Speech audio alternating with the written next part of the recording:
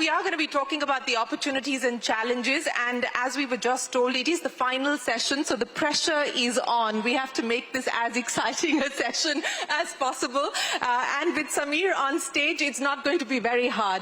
So very quickly, for context, a company started in 2015, so almost approaching a decade of its existence, and 2023 in many ways has been a seminal year for PhonePe because it diversified and got into a lot of exciting areas that it wasn't previously into. I am going to talk about the road ahead with Samir, but very quickly, Samir, you know, as I pointed out, many milestones launched in 2015, separated from Flipkart in 2022, payment aggregator license in 2023, hyperlocal commerce app PIN code in 23, launched your merchant lending in 23 as well, insurance, stock market, foray, all of that in 2023. So 2023, in many ways, a seminal year for PhonePe.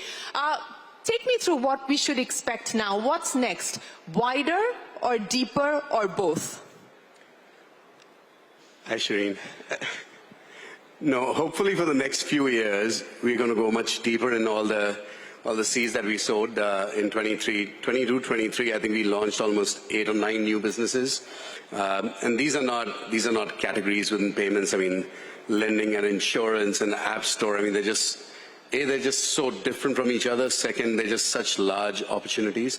So depth over breadth for sure, for the next 3, 4, 5 years at least. Okay, depth over breadth for sure. And I think something here everyone's going to be interested in, and certainly it is a big topic of conversation, is the focus on profitability. And congratulations for delivering a very good set of numbers. Just yesterday, actually, you announced your numbers for FY24. And it's important to note that adjusted profit after tax at 197 crore rupees versus a 730 crore rupee loss in FY23. Now, Samir, I know that fiscal discipline and financial management has been something that you've been focused on. How hard has it been to deliver on profitability? And more importantly, what does the road ahead look like? So it's definitely a proud moment for us. We're closing in on the 10-year mark, and we want to be PAT positive, not even adjusted PAT positive. So we have a couple of years left for that. It's been 3 or 4 years in the making. We have to solve, in the Indian market, when you're playing for operating scale, your margins are going to be razor thin, right? Particularly in financial services and in a market full of these DPIs, the digital public infrastructure, you're playing for scale, so you have to learn how to operate very, very efficiently. And it takes 4 or 5 years to even get to that scale, and then you try and sort of squeeze the margin out. So we got to contribution margin only about 2 years ago. We got a gross margin, I think, being positive only about 4 years ago. So it's been pretty rapid from there. I think the future looks actually pretty attractive because lending and insurance should be much more margin positive from the get-go, contributing to the bottom line. PIN code and Indus we'll have to see because I think they're standalone brands. You have to build the brand, you have to invest in marketing. But the margin structure on those businesses, again, e-commerce or app store economies have much higher margins than payments does. So I think as a portfolio, it's a balancing act, but on the margin, I think we have better margin ahead.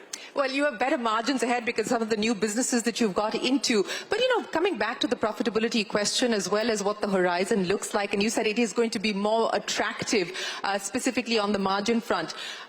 What has it taken to put the foundation in place to be able to get to scale and be profitable at the same time, or achieve profitability or close to profitability at the same time? What are the levers that you've been able to exercise? And, you know, more importantly, what do you intend to focus on to build on that number as we move forward? So there's 3 dimensions to it as you scale.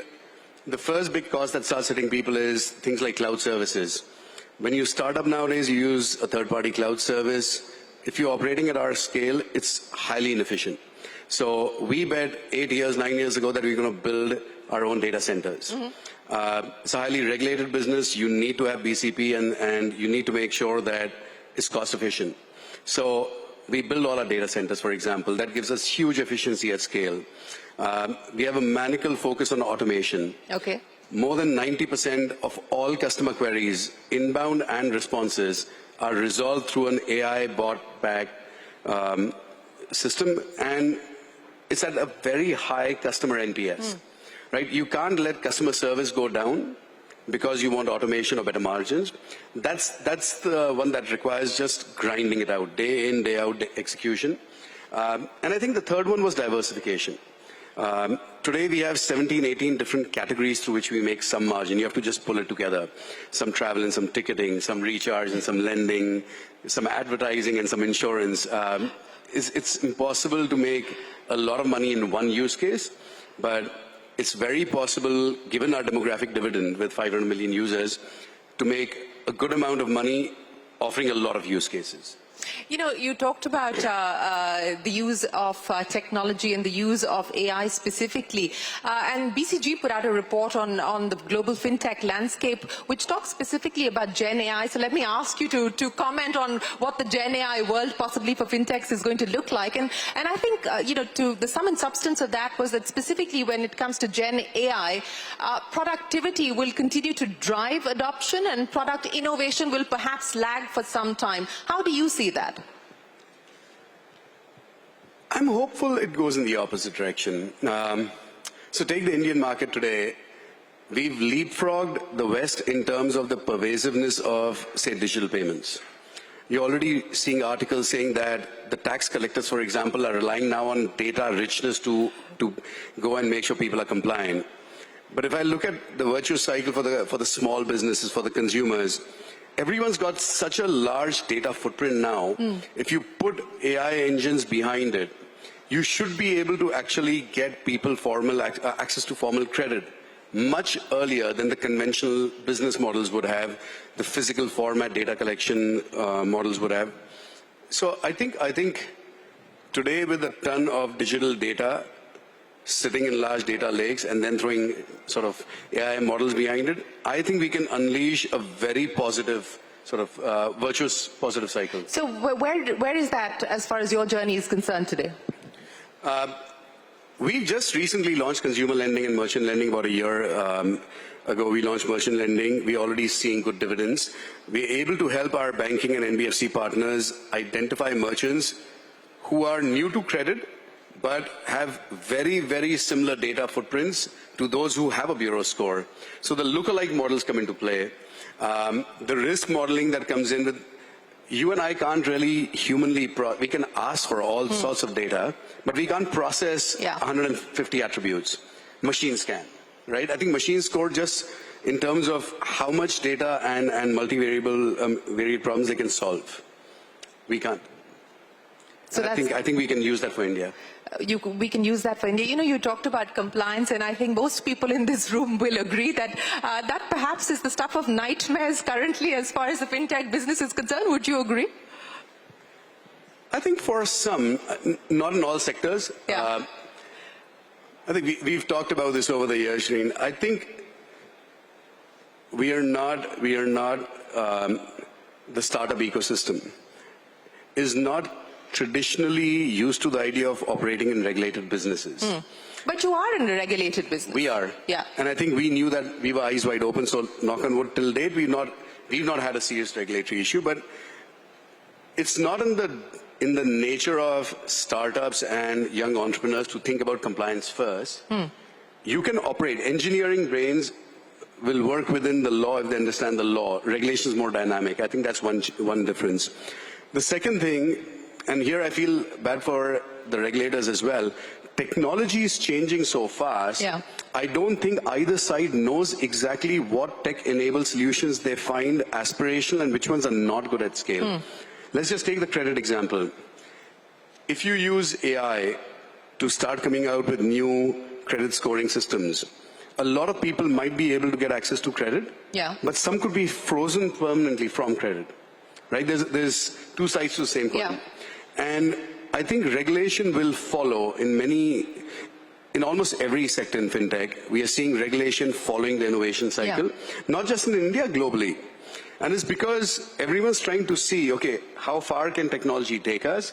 And then there's course correction.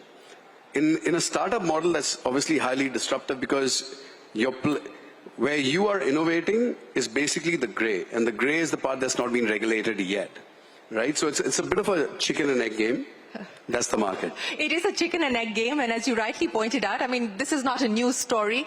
Regulation has always followed innovation, and innovation has kept pace with tech changes, and that we're seeing globally as well. But how much of your aspirations do you feel today are constrained on account of current regulations, but B, also on account of regulatory uncertainty? Are there things that you would like to do that you don't do because you're worried about how it may go down with the regulator? And a second question on that, because this is again something that has divided, the big sort of banks and NBFCs as well as the fintechs, because the banks say, look, you're playing with the big boys and you better play with the big boy rules. And startups are saying that perhaps we need a different set of rules. We need a different playbook as far as rules and regulations are concerned. What do you think? I can see where the banks are coming from, because the fact of the matter is they have a much higher level of compliance to deal with. See, if fintechs are going to push the boundaries in terms of understanding what kind of experiences and features Gen Zs and Gen As need, a conventional banker was never expected to think about how a 15-year-old using a mobile app is going to use banking solutions or payment solutions. Just 10 years ago, I mean, that was just not an expectation. With the fintech industry, it's a frontline expectation. So you will find green spaces, attract capital, and then try and accelerate. I think that the first problem that's happening is today a new feature or app can reach 10 million, 20, 30 million people in such a quick time span. And that means that the window for the regulator to make up their mind on whether this is kosher or not is extremely narrow. Yeah. That also means that startups are constantly trying to differentiate themselves because the moats don't last that long, right? So now, if you worry about the compliance too much upfront, you may not get off the ground. You may not start running the race. But if you run too fast, you'll crash and burn. So that's what I'm saying. It's a bit of it's just a constant calibration game. And when we started out, the model we adopted at PhonePe was go where the regulator is going. So UPI, BBPS, like jump on the DPI bandwagon instead of resisting it. But what that meant is while we have a wallet license for the last 8 years, most people in the audience would not have used the PhonePe wallet compared to, say, a Paytm wallet. Yeah. Right? Or a MobiKwik wallet. So we've lowballed our ambitions on certain areas where we think that the headwinds are stronger than the tailwinds, and we've accelerated on the ones where the regulatory environments are positive.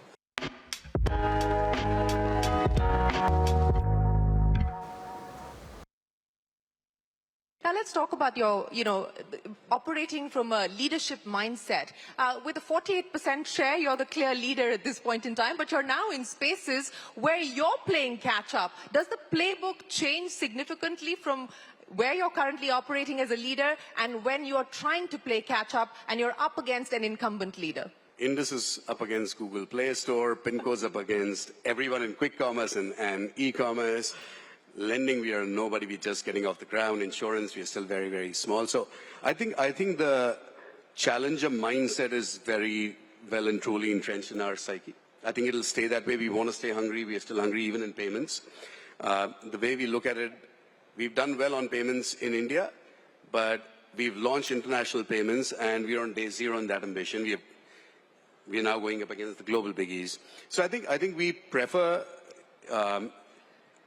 thinking and acting like challengers when it comes to building products.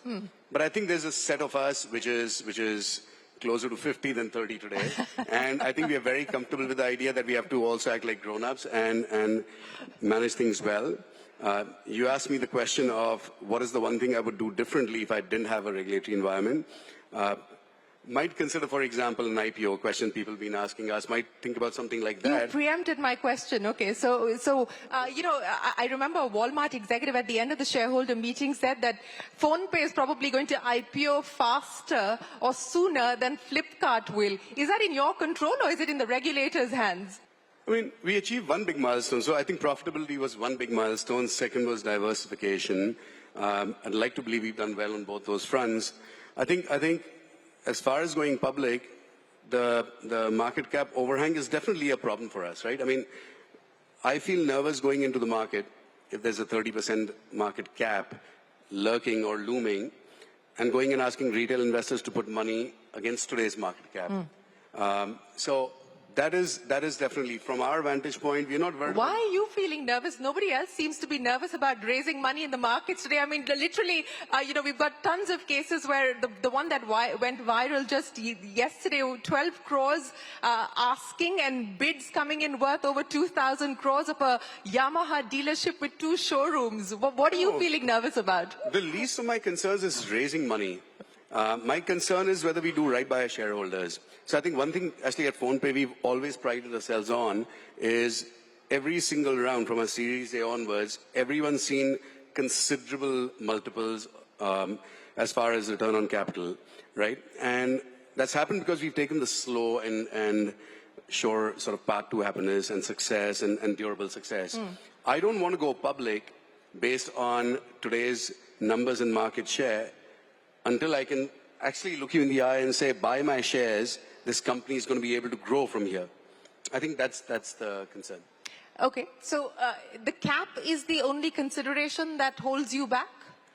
I think beyond that is just like any other company, just the preparedness for the IPO and numbers closure and the quarterly stuff. I mean, that's the operating stuff. But yeah, I mean, I think as a company, culturally, governance-wise, I think we're getting very close. Has there been any dialogue, any discussion on what happens, and whether there is going to be a breakthrough on this front? A lot of good discussion has happened over the last couple of years, or we've initiated a lot of discussion. We've got a lot of fair feedback on things that we can also do to allay concerns. I mean, you have to, for example. Why would somebody want a market cap? Why is concentration a problem? BCP is a problem. If UPI is ubiquitous, we need to make sure that PhonePe never goes down. So we've spent the last couple of years building out our 2nd and 3rd and 4th data center. We have 5 now, making sure all our services are 24/7, active. So those are things we had to put in place. We are trying to make sure we do everything in our power to satisfy NPCI and the regulators. Scale brings with it different responsibilities. We are not shying away from those. But other than things that we can solve for, if we manage to solve those, and then the cap goes, I think we'll run out of excuses not to go public. Well, as I said, I guess clearly depends on the regulator, the timing of when you do decide to IPO.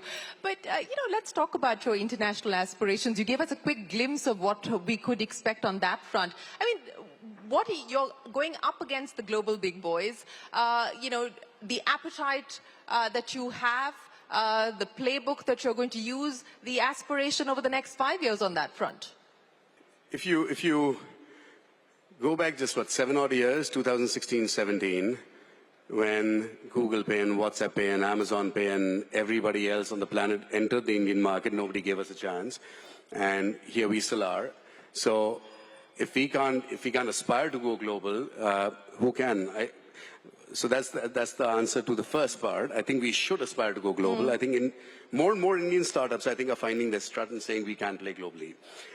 Because you test with several 100 million users here, and they're very, very diverse users.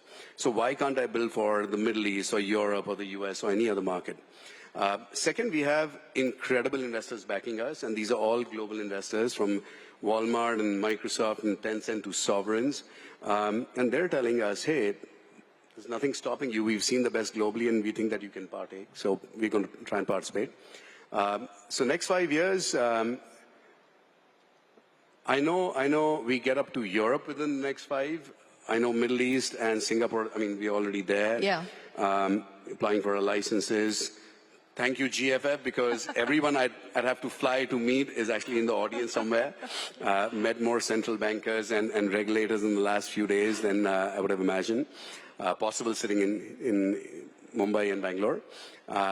So yeah, very excited.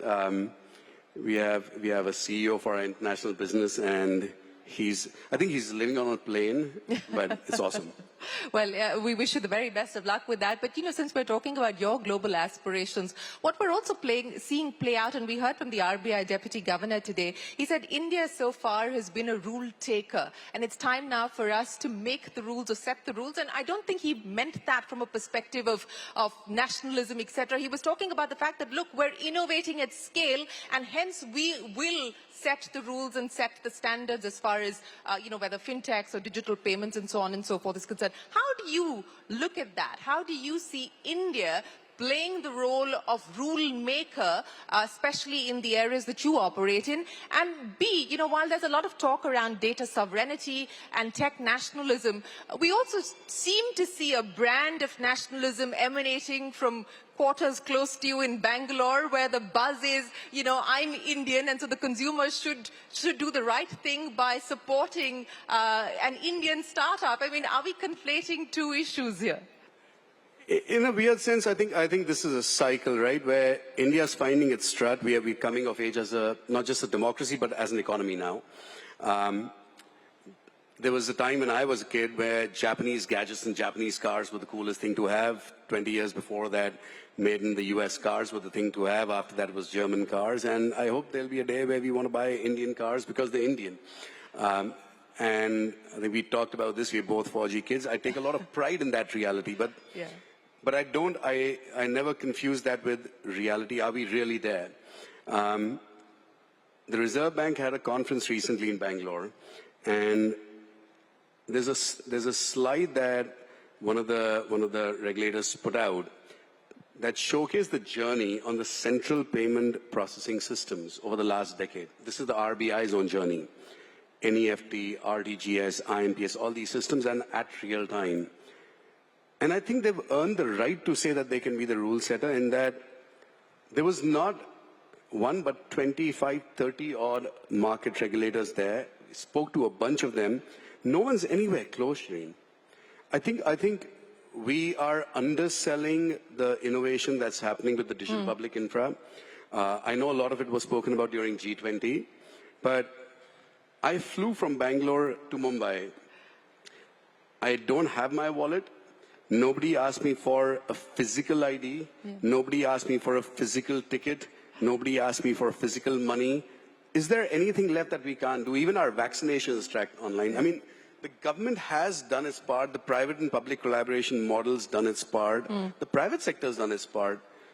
Collectively, we've done really, really well, and we should be so proud. And I think it's okay once in a while to just let that pride sort of translate once in a while into a bit of chest thumping, not too much. Well, Sameer Nigam, thank you very much for sharing the PhonePe story with us. We wish you the very best of luck with the milestones that you've set for yourself for the future, and with the possible IPO as well, as and when it does happen. But thank you very much for keeping it real and for giving us a very clear and comprehensive view of what the landscape looks like.